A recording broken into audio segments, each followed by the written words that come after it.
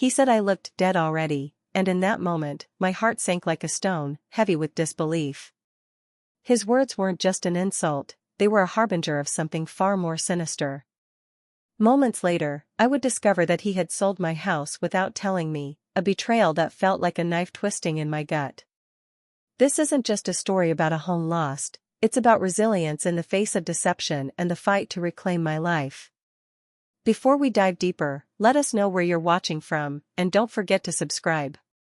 Because tomorrow, we'll unravel even more of this gripping tale. The moment he said I looked dead already, I felt the room shrink around me, the walls closing in like a trap. His words didn't bounce off me like stones, they sank deep, embedding themselves in the soft tissue of my heart. It wasn't just the cruelty of the phrase, it was the utter absence of care, that cold dismissal of my very existence.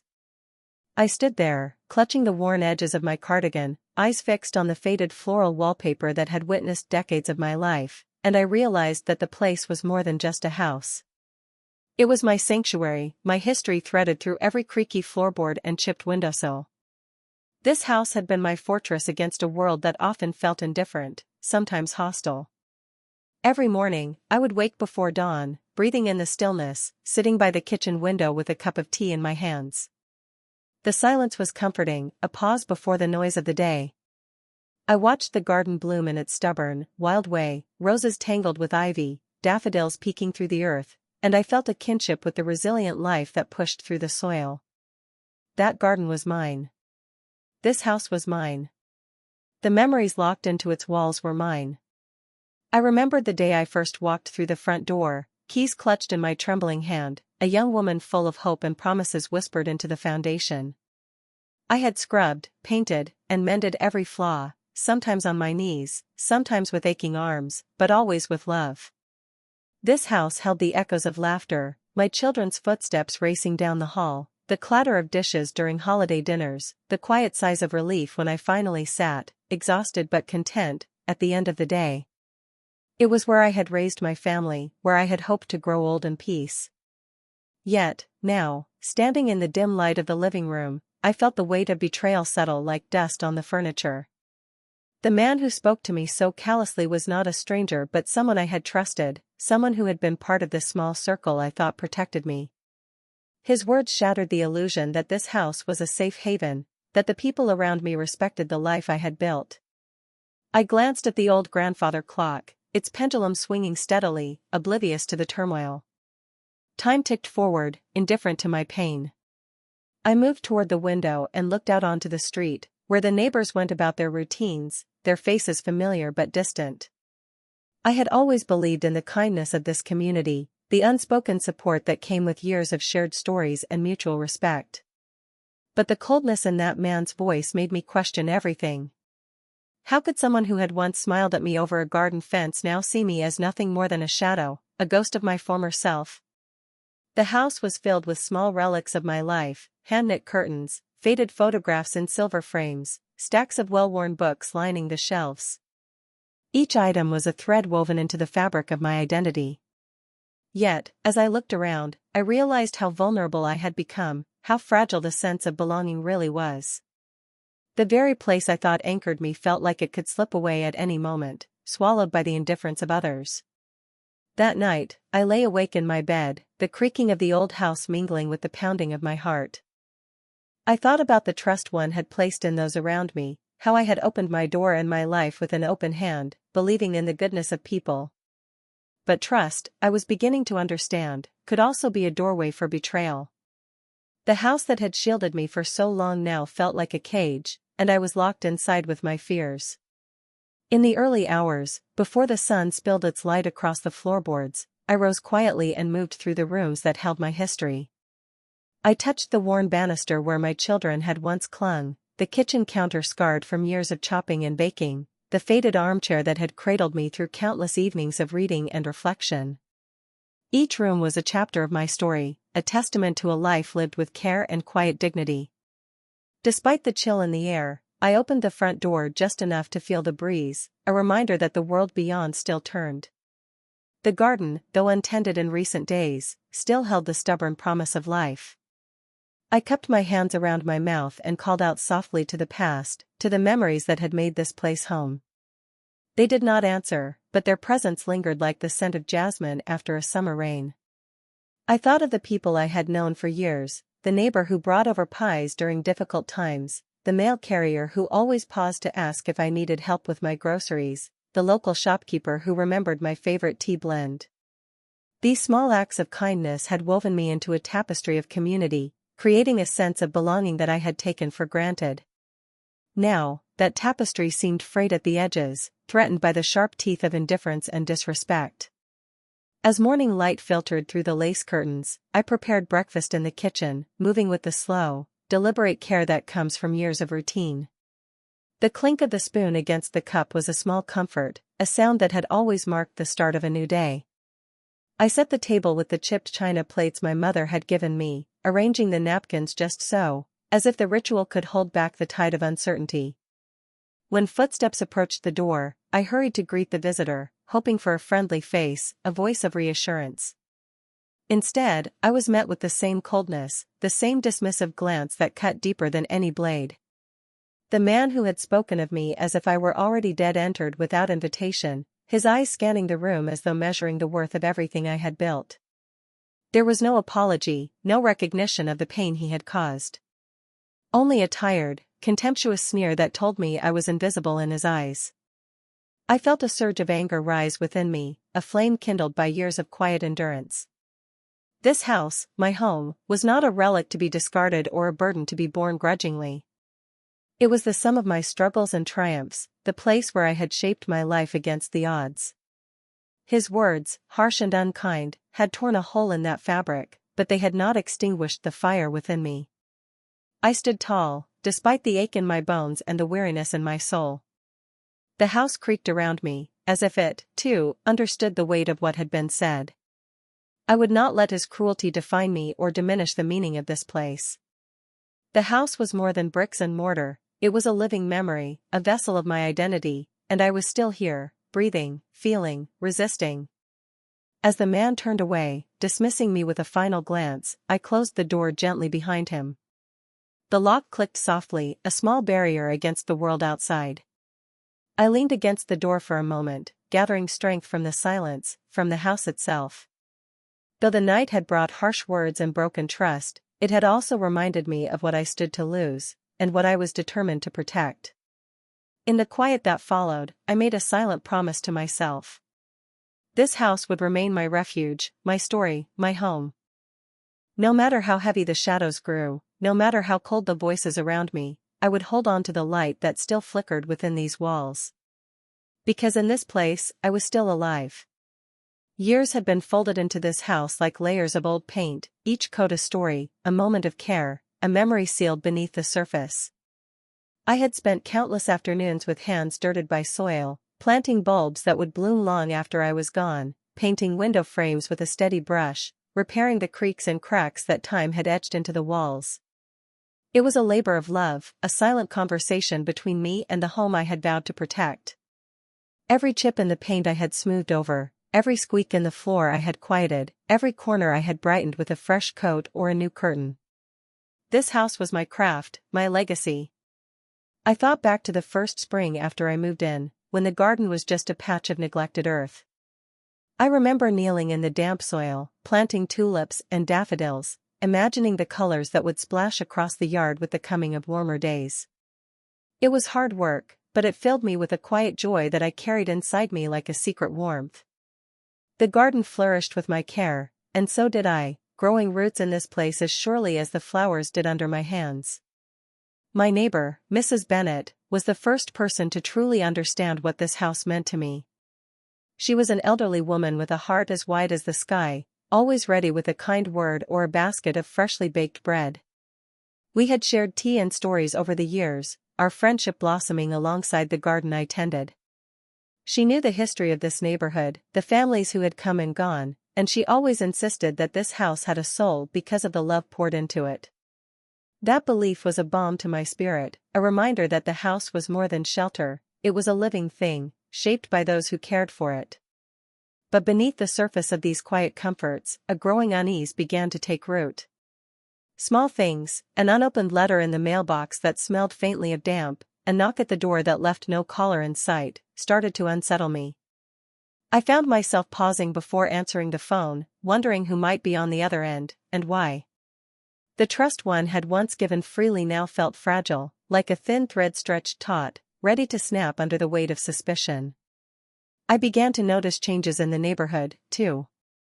Familiar faces seemed to avoid eye contact, conversations hushed when I approached.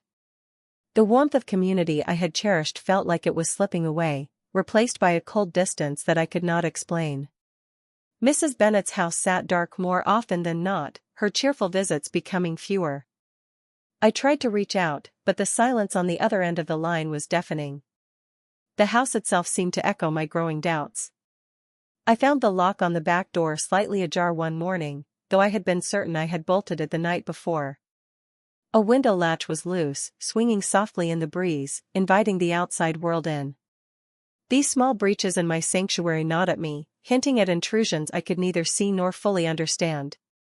I questioned my own senses. Was I imagining these things, or was something truly amiss? One afternoon, as I watered the roses that climbed the trellis near the porch, I caught a glimpse of a shadow moving behind the neighbor's hedge. A flicker of movement, barely perceptible, but enough to send a chill down my spine. I called out, but only the wind answered. The garden, once a place of solace, now felt like a stage for secrets and silent watchers. The safe haven I had cultivated was growing unfamiliar, and fear began to weave its way into the corners of my mind.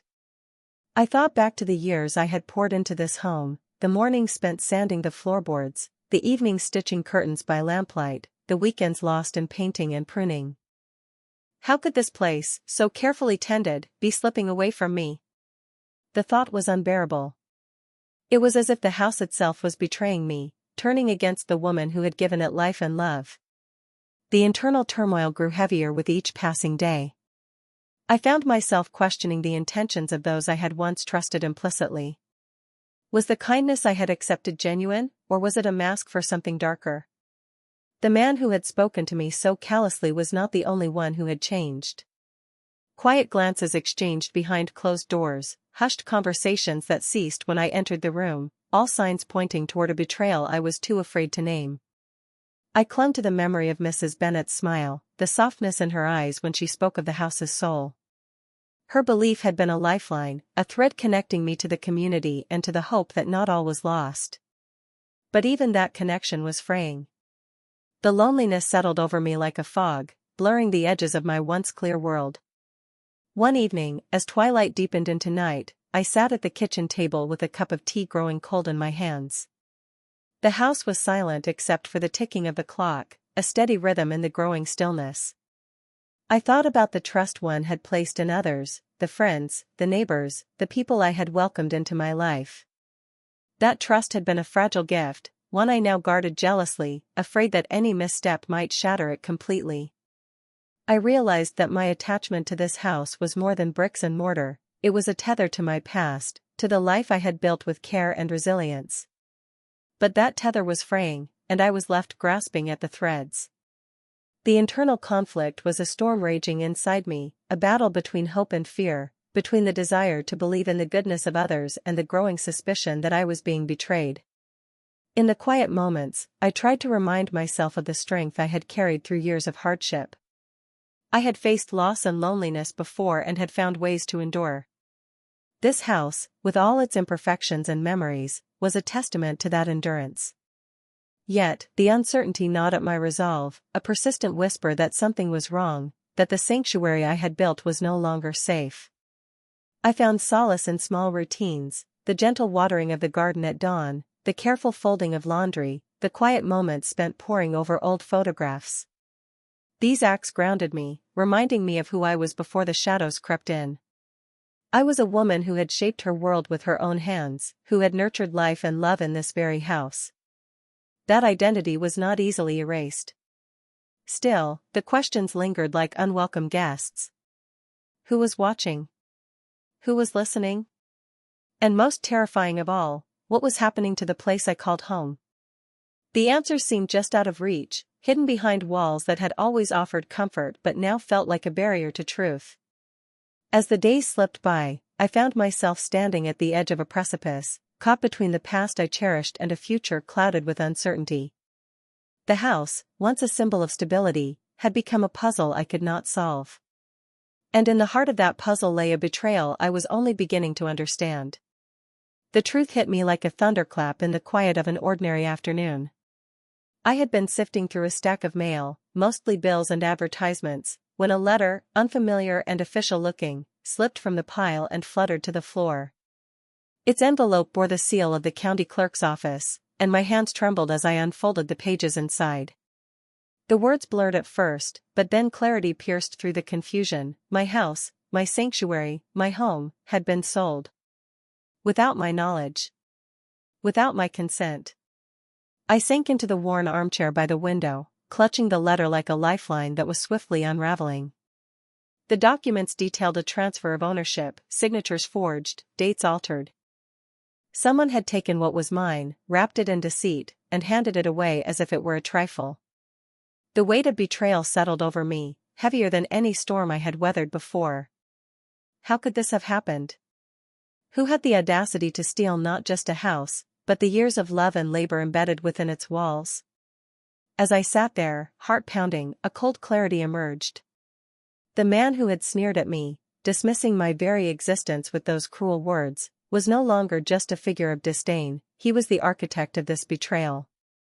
Evidence began to piece itself together in my mind, the sudden distance in neighbors, the whispered conversations that ceased when I entered the room, the strange visits that left no trace. It had been a conspiracy masked by familiarity. I reached out to the county clerk's office, my voice shaking as I demanded answers. The official on the other end was sympathetic but bound by procedure. They confirmed the sale had been recorded months earlier, with paperwork bearing my forged signature. The man's name appeared as the buyer, though he had no legal right to possess the property. It was fraud, pure and simple, a theft cloaked in legality. The realization shattered the fragile security I had clung to. This was not a simple misunderstanding or a neighborly dispute, it was a calculated act of deceit, a violation of the trust one had extended so freely. The house that had been my refuge was now a battleground, its walls echoing with the betrayal I had been blind to for so long. I began to gather evidence, poring over every document, every receipt, every letter that might expose the truth. The forgeries were crude in some places, meticulous in others, but unmistakable in their intent. The signatures were penned by a hand that sought to erase me, to rewrite my story without my consent. It was as if someone had tried to erase the very existence of the life I had built. The more I uncovered, the deeper the wound grew. I found records of meetings I was said to have attended, agreements signed on days I had been home, alone and unaware. The man had woven a web of lies so intricate that even the authorities were initially unsure where to begin untangling it. But I was determined. This was my home, my history, my life. I would not let it slip away without a fight. I confronted the man in his cold, impersonal office, a place devoid of the warmth that had once filled my own walls. His eyes met mine with a mixture of amusement and contempt, as if he believed I was a bothersome insect buzzing around his life. I demanded to know why he had done this, what had driven him to steal from an old woman who had done nothing but trust him. His answer was a smirk, a shrug, and a vague claim of business dealings beyond my understanding. But I saw through the facade. His greed was naked and raw, a hunger that devoured every shred of decency. He had seen me as weak, as invisible, a woman whose life could be bargained away with a forged signature and a callous disregard for the truth. I refused to be invisible any longer. Legal proceedings began, slow and arduous, but they were my weapon against the injustice. I enlisted the help of a lawyer, a stern woman with sharp eyes and a fierce sense of justice. Together, we assembled the evidence, filing complaints and demanding that the fraudulent sale be reversed. It was a battle against time and bureaucracy, but my resolve never wavered. The man's scheme began to unravel under the weight of scrutiny. More than just a single act of deceit, it became clear that this was part of a larger pattern, a network of manipulation and exploitation that preyed on the vulnerable. The betrayal was deeper than I had imagined, touching others in ways I was only beginning to understand. As the truth emerged, so did the support of those who had once seemed distant. Neighbors who had been silent now stepped forward with their own stories, their own suspicions. The community I had feared was turning its back on me now rallied, a chorus of voices demanding justice. The man's power began to crumble, his carefully constructed empire of lies exposed for all to see. Yet, even as the battle raged, the house itself stood silent and still. Its walls bore the scars of this ordeal, the echoes of secrets whispered in shadowed corners. But beneath the surface, there was a resilience that mirrored my own, a stubborn refusal to yield to the darkness that had crept inside. I spent hours walking through each room, touching the worn banister, tracing the patterns in the faded wallpaper, breathing in the familiar scents of wood and earth and memory. This was my home, no matter what the papers said. The house held my story, and I was determined to reclaim it, to restore the sanctuary that had been so cruelly stolen.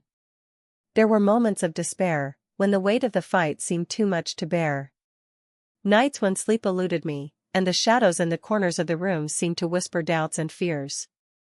But in those moments, I found strength in the memories etched into every nail and board, the laughter of children, the quiet moments of reflection, the steady rhythm of a life lived with dignity. The revelation of the fraudulent sale was a turning point, a crack in the facade of betrayal that had threatened to consume me. It was the moment I stopped being a passive bystander in my own life and became a fierce defender of my right to belong, to have a place to call home. The man's deceit had been exposed, and with it, the possibility of reclaiming what was mine. I reached out to old friends, to people who had once been part of my circle, hoping to rebuild the connections that had frayed under the weight of suspicion and silence. Some responded with warmth, others with hesitation, but each step was a move toward healing, toward reclaiming not just the house but the community that had once embraced me. The journey was far from over, the path ahead uncertain and steep. Yet, in the heart of the storm, I found a flicker of hope, a belief that justice might prevail, that the truth could restore what had been broken. The house, battered but unbowed, stood as a testament to endurance, a symbol of the fight that I was prepared to wage. In the quiet moments, when the world outside seemed distant and harsh, I held on to that hope like a lifeline. The house was more than a building, it was the embodiment of my life, my dreams, and my resilience. And no matter what came next, I was ready to reclaim it, to take back my story, and to stand firm against the shadows that had sought to erase me. I stood face to face with him once more, the man whose betrayal had shattered the fragile world I'd clung to. His smirk was gone, replaced by a guarded unease that flickered in his eyes like a candle struggling against a growing wind. I demanded answers, my voice steady despite the storm inside me. How had he convinced others to join in this deceit? What had driven him to unravel my life so completely? The questions burned, but his silence spoke volumes, a calculated refusal to acknowledge the damage he'd wrought. Determined to pierce the veil of lies, I reached beyond the cold walls of his office and into the tangled web he'd woven. Legal authorities were called in, investigators with sharp eyes and patient hands began to sift through the layers of forged documents and whispered deals. It was a slow, painstaking process, but with each piece of evidence uncovered, the truth grew clearer and the man's carefully constructed facade began to crumble. As the investigation deepened, I learned that his betrayal was not an isolated act of greed. It was part of a broader pattern of exploitation, a network of manipulation that preyed on the vulnerable, twisting trust into tools of deception. Friends I had once confided in now seemed tainted by association, their smiles hiding agendas I had never suspected. The betrayal cut deeper than I thought possible, extending its sharp fingers into the very fabric of my community. I gathered strength from unexpected places. Neighbors who had once turned away now stepped forward, sharing their stories of similar betrayals and broken promises. Their voices, once whispers behind closed doors, became a chorus demanding justice. Together, we formed a fragile alliance, a shield against the darkness that sought to divide us. The man's power waned under the weight of collective truth, his influence eroding with every testimony that exposed his lies. In the courtroom, I stood not as a victim but as a woman reclaiming her dignity. My lawyer, fierce and unyielding, laid bare the evidence with a clarity that left no room for doubt. The forged signatures, the falsified contracts, the calculated deceptions, all laid out like pieces of a shattered mirror, reflecting the man's true nature. The judge listened, the room heavy with the gravity of the betrayal, and I felt a flicker of hope ignite within me. But outside the legal battles, the house remained a silent witness to the upheaval. Walking through its rooms, I traced the scars left by this ordeal, the misplaced letters, the broken locks, the whispered secrets hidden in the shadows. Each mark was a reminder of the struggle, but also of resilience. The house, like me, bore the weight of betrayal but refused to be broken. I reached out to those I had once considered close, seeking to untangle the threads of manipulation that had ensnared us all. Some responded with remorse and a desire to make amends, others retreated into silence, unwilling to confront the truth. The journey to rebuild trust was slow and fraught with uncertainty, but every honest conversation was a step toward healing. Amid the turmoil, I found moments of unexpected grace. A neighbor brought over a basket of freshly picked flowers, their colors bright against the gray backdrop of recent events. Another left a note on my doorstep, offering support and a listening ear. These small acts of kindness were lifelines, reminders that even in the darkest times, humanity could shine through. The man's motives became clearer as layers of deceit peeled away. Greed, yes, but also a hunger for control, a desire to rewrite the narrative of my life and the lives of others caught in his web. His manipulation was both personal and systemic, exploiting weaknesses in the law and in human trust. Confronting this truth was painful, but necessary. It stripped away the illusions that had blinded me and revealed the stark reality I now faced. Legal proceedings continued to unfold, each hearing a battleground where justice was weighed against cunning. I learned to navigate the cold corridors of bureaucracy, to speak with clarity and conviction when my voice trembled with exhaustion. There were setbacks, delays, objections, moments when despair threatened to take hold, but each was met with renewed determination. This was not just about reclaiming a house, it was about reclaiming my life. The community around me shifted as the truth emerged. Those who had once been distant became allies, their solidarity a balm to wounds inflicted by betrayal. Together, we began to rebuild not just trust, but a sense of shared resilience. The house that had seemed isolated and vulnerable now stood at the center of a renewed collective strength. In quiet moments, I still walked the halls alone, feeling the echoes of the past and the weight of the present intertwine. The house was scarred, yes, but it was alive, with memories, with hope, with the promise of renewal. It was a testament to endurance, a silent companion in the fight to reclaim what had been stolen. Each day brought new challenges, but also new victories. The man's hold over my life weakened, his lies unraveling in the face of truth and perseverance. I found myself growing stronger, more certain that the sanctuary I had built could survive the storm. The betrayal had cut deep, but it had also sparked a fierce fire within me, a resolve to protect my home, my story, and my dignity. As the legal battle waged on, I leaned on the support that had blossomed around me. Friends, neighbors, even strangers who had seen the injustice lent their voices and their strength. Their presence was a reminder that I was not alone, that the fight for justice was a shared one. Together, we stood against the forces that sought to silence and erase. The confrontation had unveiled a deeper reality, one of manipulation and greed that reached far beyond my own experience. It was a reckoning not just for me, but for a community and a system that had allowed such betrayal to fester. In exposing the truth, I hoped to protect others from the same fate, to shine a light into the dark corners where trust was exploited. Through it all, the house remained my anchor. Its walls held the stories of my life, the echoes of laughter and love that no deceit could erase. Walking through its rooms, I felt a quiet strength, a connection to the past and a determination to shape the future. This was my home, my refuge, and I was ready to defend it with everything I had. The journey was far from over. The path ahead was uncertain and fraught with challenges, but I faced it with a newfound clarity and resolve. The betrayal had revealed the depths of human cruelty, but also the heights of resilience and courage. In standing up to the darkness, I discovered a light within myself that refused to be dimmed. I was no longer the silent victim of a cruel deceit. I was a woman reclaiming her story, her home, and her life. The battle for justice was ongoing, but each step forward was a victory, a testament to the power of truth and the strength of the human spirit. And as I moved through the rooms that held my memories, I knew that I was not alone. I was surrounded by those who believed in me, who stood with me, and who would help me reclaim what was rightfully mine. The courtroom was quiet but for the steady hum of voices and the occasional scrape of papers, a solemn stage where my fight for justice unfolded. Each day brought fresh arguments, new evidence, and the slow, deliberate unraveling of the man's deceit. With the steadfast support of my lawyer and a growing chorus of allies who had stood by me, I began to see the tide turn. The fraudulent sale was being challenged, the web of lies exposed to the light.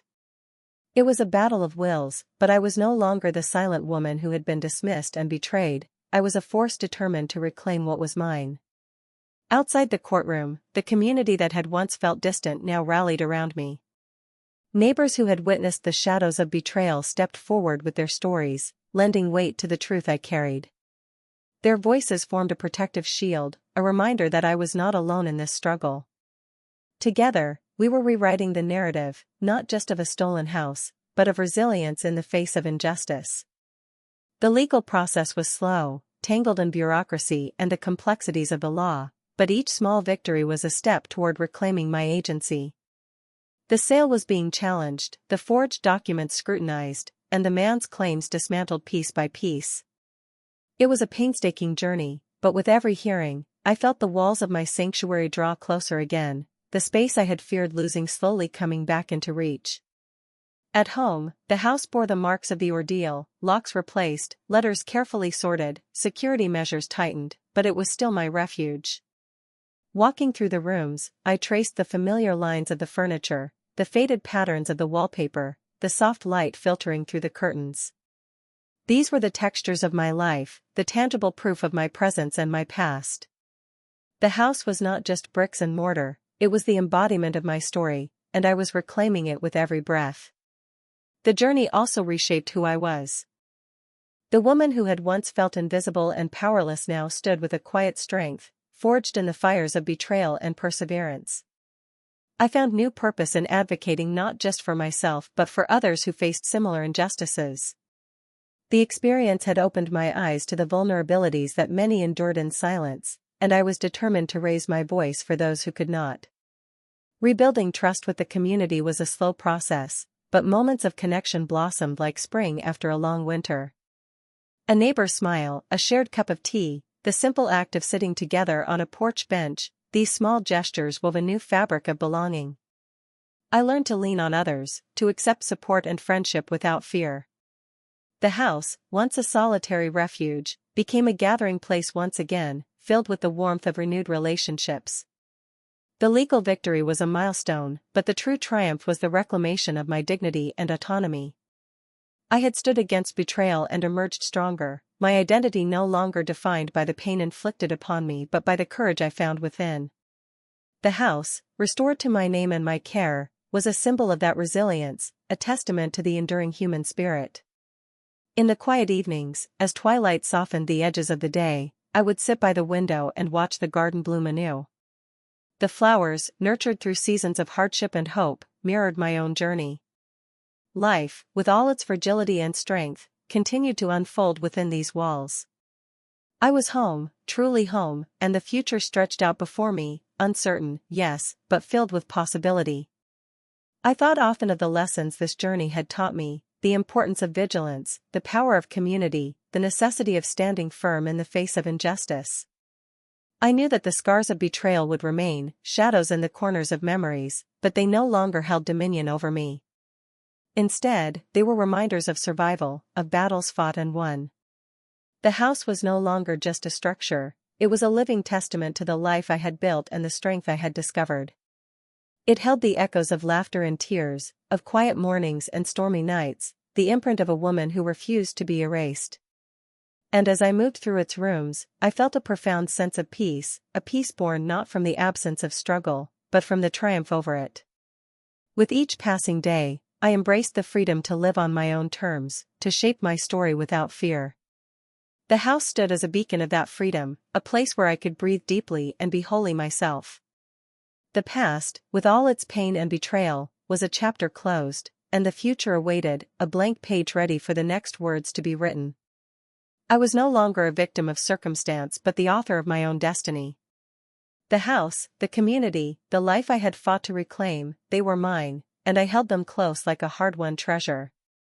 In the quiet strength that filled the rooms, in the steady rhythm of my days, I found a new beginning. The story was far from over, but I faced it with a heart unburdened and a spirit unbroken. This was my home, my story, my life, and I was finally free to live it fully. If you loved the story, like the video and subscribe.